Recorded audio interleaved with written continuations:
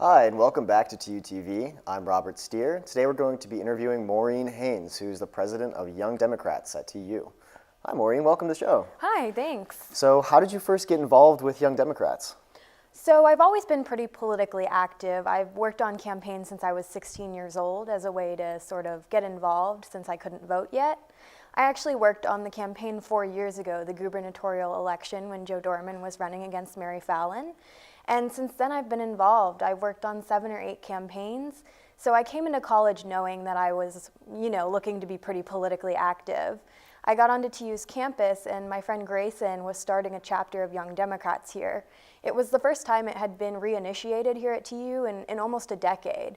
So that was pretty exciting, and he invited me to come and be a part of it, and it's been a part of my life ever since.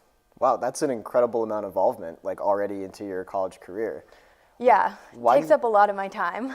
I imagine. Why do you think it's so important for young people to be involved with politics, on campus? Well, first and foremost, if young people voted at the same rate that people 65 years and older did, we would be one of, if not the largest voting blocs in the US.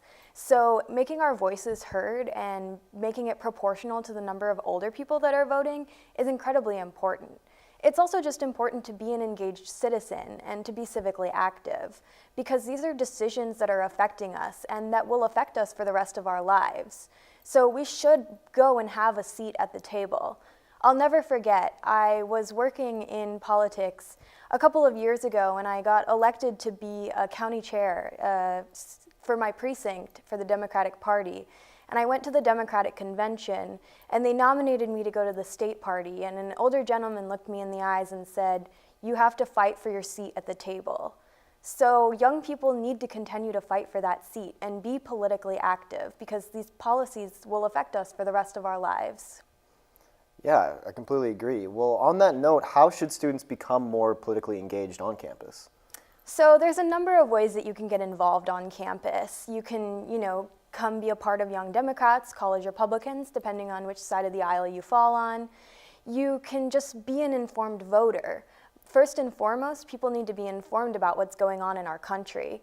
So whether that be watching the news, listening to great podcasts, or getting your news online, as long as you're looking things up and staying involved in what's going on in our country, you're going to be a pretty informed voter.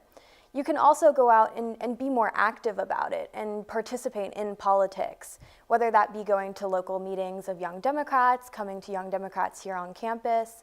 You can always find a place where you're going to be able to debate ideas and talk about things and just get involved. Exactly. So what issues should people be paying attention to for this election cycle? So this is a pretty big one. For a midterm election, there's a lot going on. Usually you find more going on during presidential election years, but even as a midterm this year, we've got a lot happening. So it varies from national to local. At the national level, you have a lot of senatorial challengers like Beto O'Rourke, Tim Gilpin. You have people running all throughout the nation as Democrats that are typically not in places where you would have a viable Democratic challenger that are making very serious bids for seats.